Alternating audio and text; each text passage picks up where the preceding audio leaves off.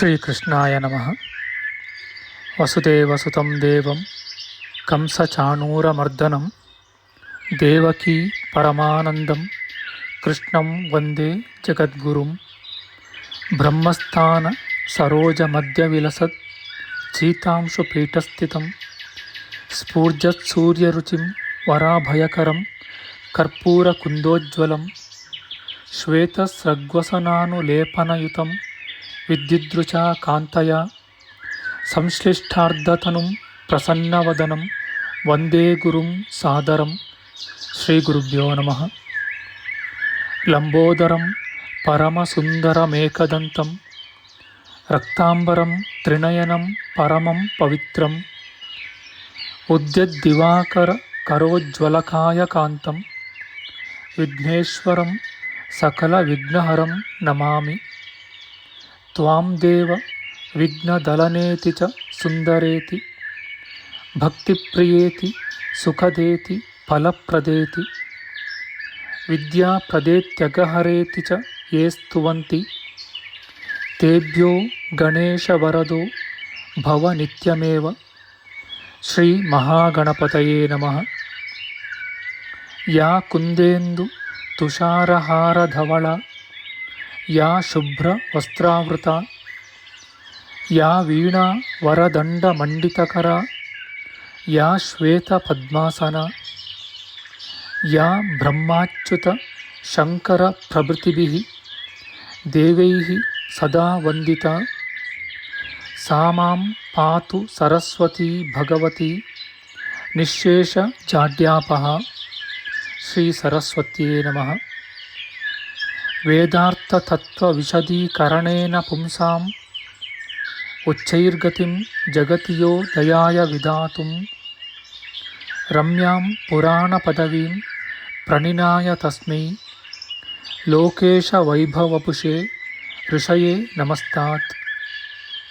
ತಸ್ಮೈ ವ್ಯಾಸಾಯ ಮುನಯೇ ಸರ್ವಜ್ಞಾಯ ಮಹರ್ಷಯೇ ಪರಾಶರ್ಯಾಯ ಶಾಂತಾಯ ನಮೋ ನಾರಾಯಣಾತ್ಮನೆ. ಶ್ರೀ ವ್ಯಾಸಾಯ ನಮಃ. ನಾರಾಯಣಂ ನಮಸ್ಕೃತ್ಯ ನರಂ ಚೈವ ನರೋತ್ತಮಂ ದೇವೀಂ ಸರಸ್ವತೀಂ ವ್ಯಾಸಂ ತತೋ ಜಯಮುದೀರಯೇತ್.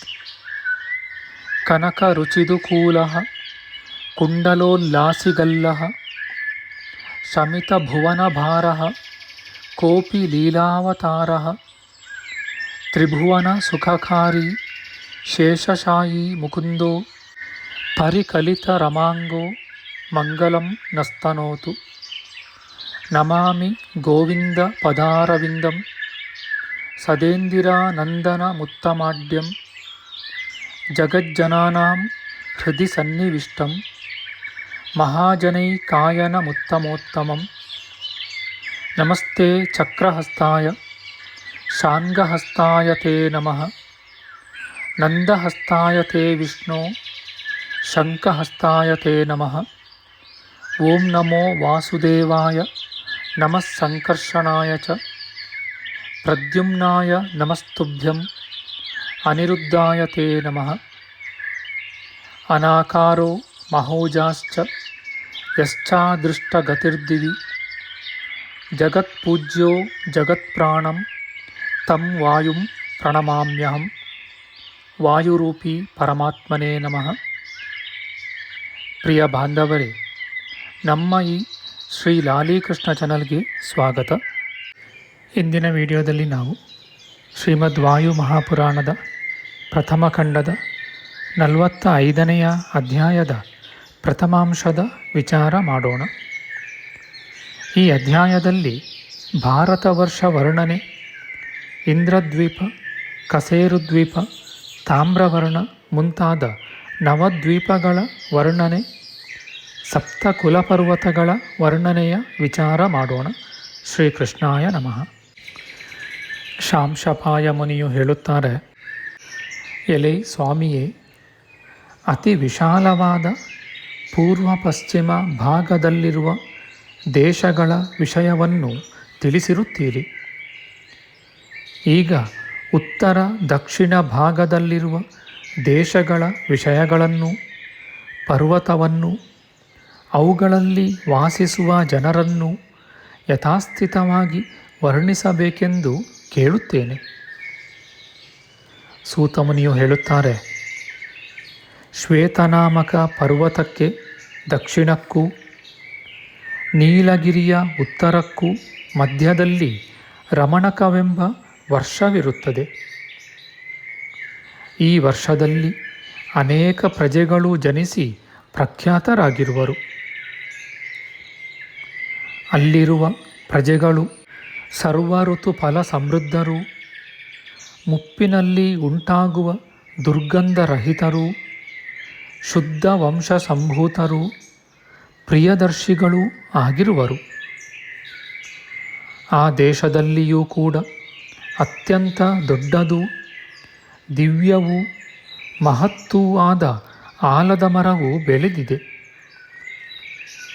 ಅಲ್ಲಿನ ಪ್ರಜೆಗಳು ಆ ವೃಕ್ಷದ ಫಲರಸವನ್ನು ಪಾನ ಮಾಡಿ ಸುಖವಾಗಿ ವಾಸಿಸುವರು.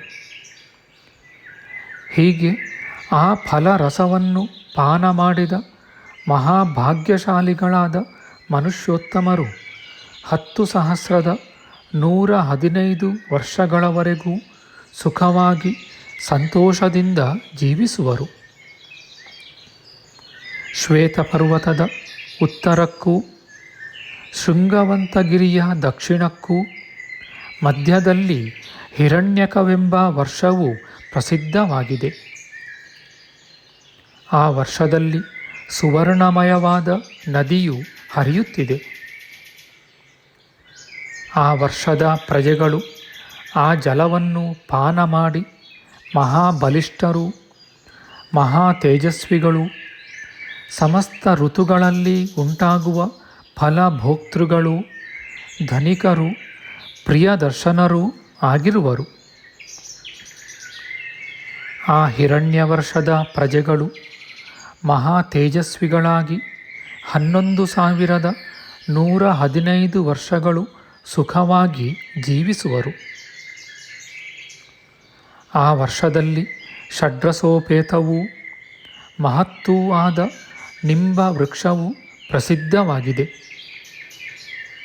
ಅಲ್ಲಿನ ಪ್ರಜೆಗಳು ಆ ಫಲಗಳ ರಸವನ್ನು ಪಾನ ಮಾಡಿ ಸುಖವಾಗಿ ಜೀವಿಸಿಕೊಂಡಿರುವರು.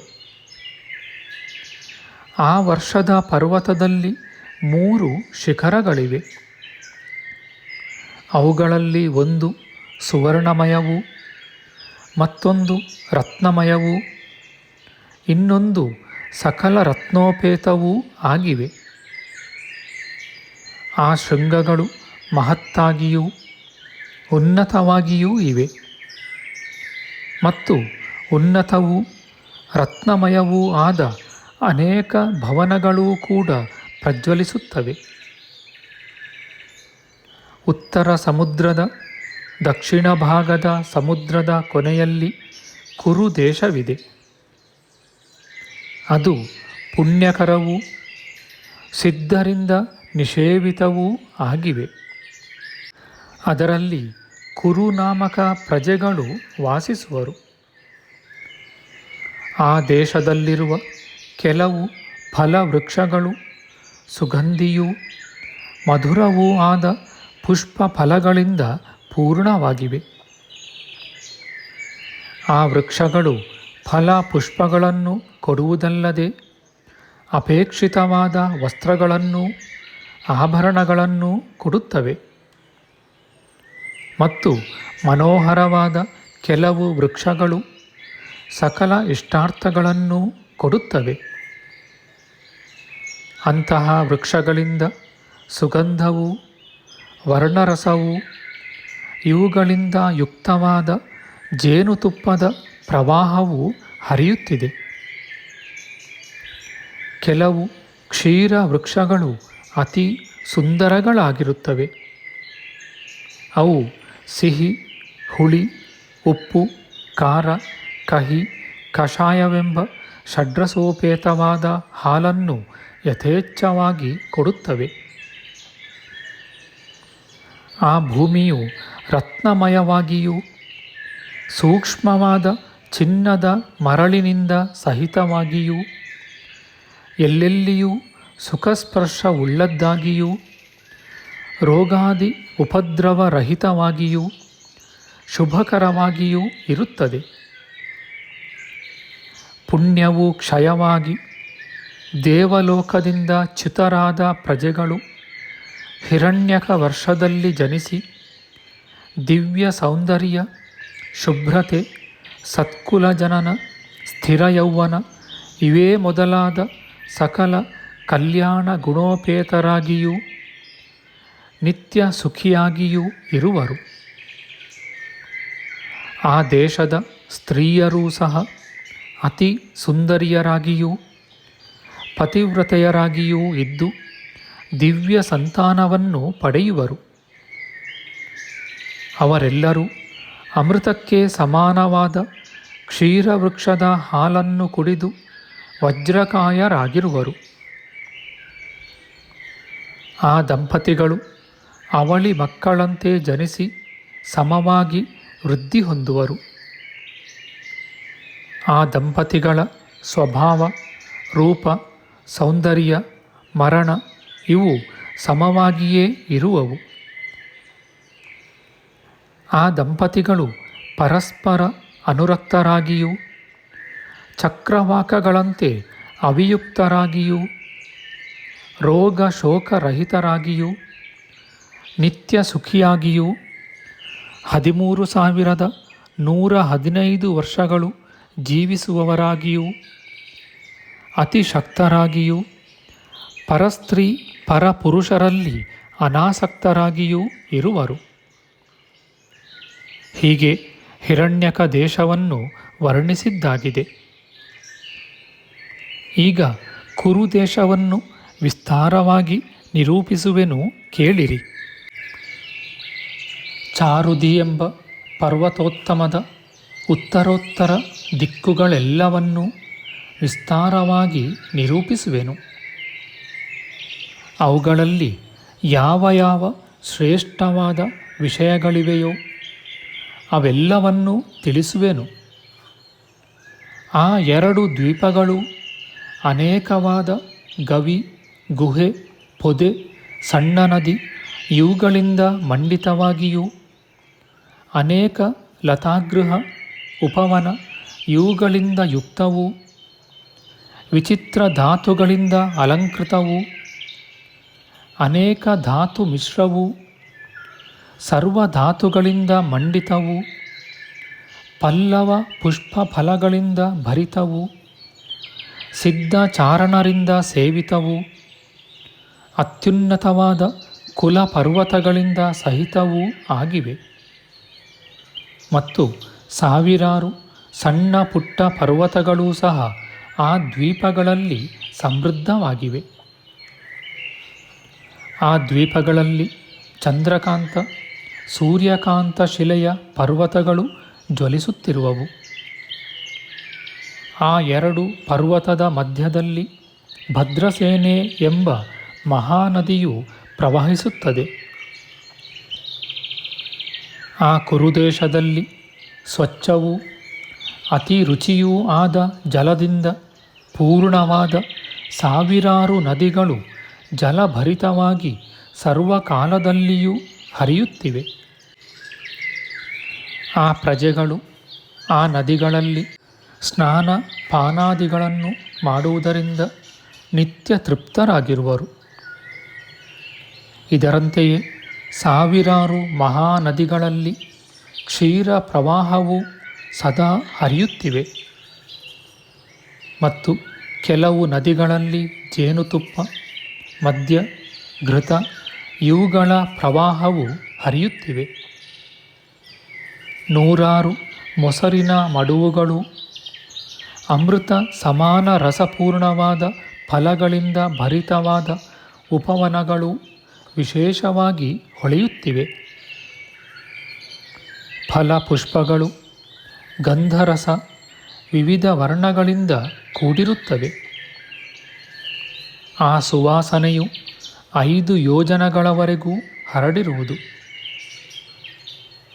ಆ ವಾಸನೆಯಾದರೂ ಅತಿ ಮನೋಹರವಾಗಿಯೂ ಇಂಪಾಗಿಯೂ ಇರುವುದು. ಅನೇಕ ವಿಧ ಪುಷ್ಪಗಳು ವಿವಿಧ ವರ್ಣಗಳಿಂದ ಅತಿ ಸುಂದರವಾಗಿಯೂ ಸಾವಿರಾರು ವಿಧವಾಗಿಯೂ ಮಹತ್ತಾಗಿಯೂ ಉಪಭೋಗ ಯೋಗ್ಯವಾಗಿಯೂ ಮಂಗಳಕರವಾಗಿಯೂ ಇವೆ. ನಮ್ಮ ಮುಂದಿನ ವಿಡಿಯೋದಲ್ಲಿ ನಾವು ಶ್ರೀಮದ್ ವಾಯು ಮಹಾಪುರಾಣದ ಪ್ರಥಮ ಖಂಡದ 45ನೆಯ ಅಧ್ಯಾಯದ ದ್ವಿತೀಯಾಂಶದ ವಿಚಾರ ಮಾಡೋಣ.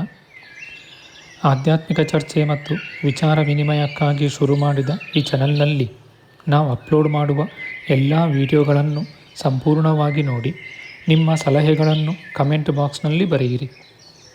ಈ ಚಾನಲ್ಗೆ ಸಬ್ಸ್ಕ್ರೈಬ್ ಮಾಡಿ ಹಾಗೂ ಬೆಲ್ ಬಟನ್ ಒತ್ತಿ ನಾವು ಹಾಕುವ ಎಲ್ಲ ವಿಡಿಯೋಗಳನ್ನು ನೋಡಿ ಪ್ರೋತ್ಸಾಹಿಸಿ. ಕೃಷ್ಣಂ ನಾರಾಯಣಂ ವಂದೇ ಕೃಷ್ಣಂ ವಂದೇ ವ್ರಜಪ್ರಿಯಂ ಕೃಷ್ಣಂ ದ್ವೈಪಾಯನಂ ವಂದೇ ಕೃಷ್ಣಂ ವಂದೇ ಪೃಥಾಸುತಂ. ಶ್ರೀಕೃಷ್ಣಾಯ ನಮಃ.